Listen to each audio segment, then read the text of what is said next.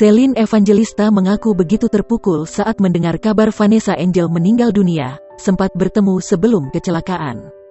Kabar meninggalnya Vanessa Angel bersama suami itu meninggalkan luka mendalam bagi keluarga, sahabat dan juga para penggemar. Celine Evangelista menjadi salah satu selebriti yang begitu kehilangan sosok Vanessa Angel.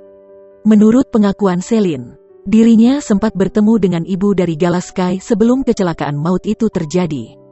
Hal itu diungkap Celine melalui sebuah unggahan di akun Instagramnya.